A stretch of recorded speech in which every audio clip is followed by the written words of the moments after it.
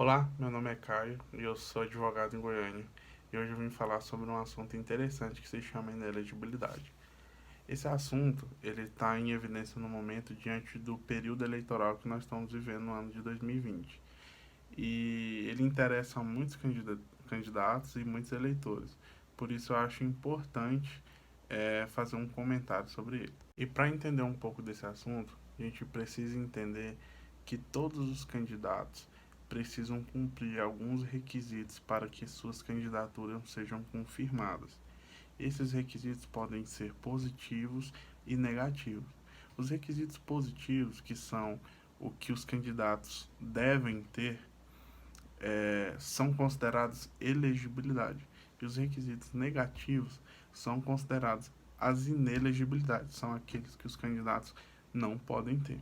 Então, diante de uma pergunta, durante uma consulta que eu tive com um cliente, eu decidi fazer esse vídeo para esclarecer alguns pontos e o que ocorre quando uma pessoa está inelegível.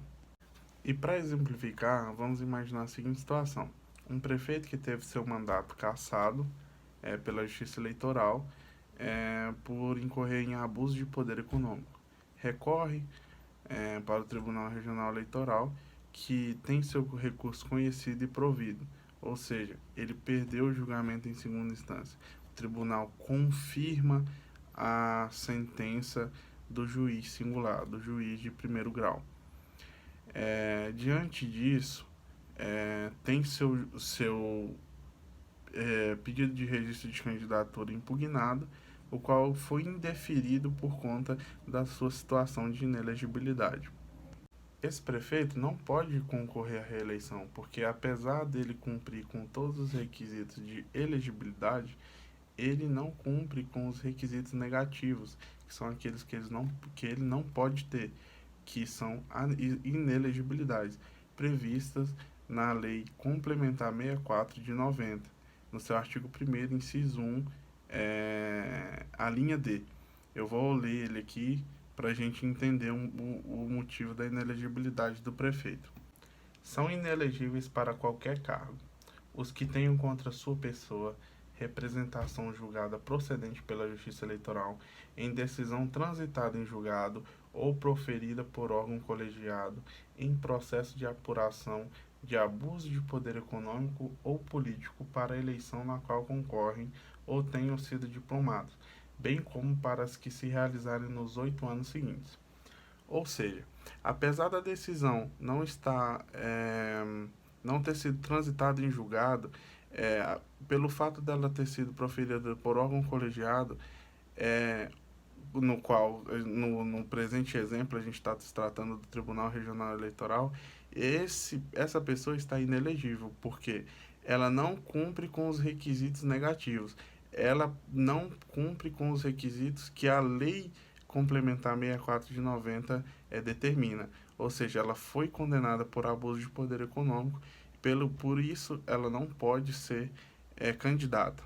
E provavelmente ela vai ter seu registro de candidatura indeferido pelo fato da sua inelegibilidade estar configurada diante da sua condenação por órgão colegiado. E por que eu estou gravando esse vídeo para falar sobre esse assunto?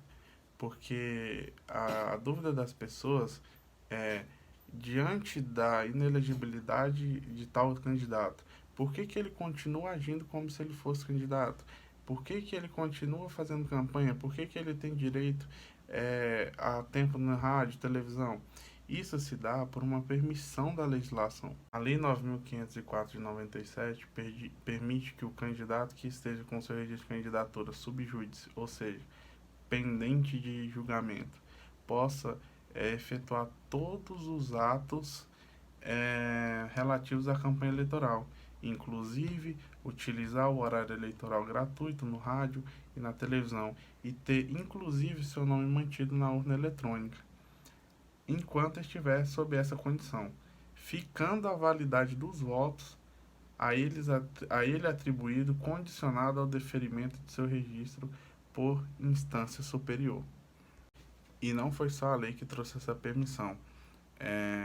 Essa permissão foi regulamentada também pela resolução do Tribunal Superior Eleitoral número 23609 de 2019, no seu artigo 51, que também permite que o candidato que esteja com seu registro de candidatura sub júdice possa efetuar todos os atos de campanha, inclusive utilizar horário eleitoral gratuito no rádio, na televisão e ter seu nome mantido na urna enquanto estiver sob essa condição.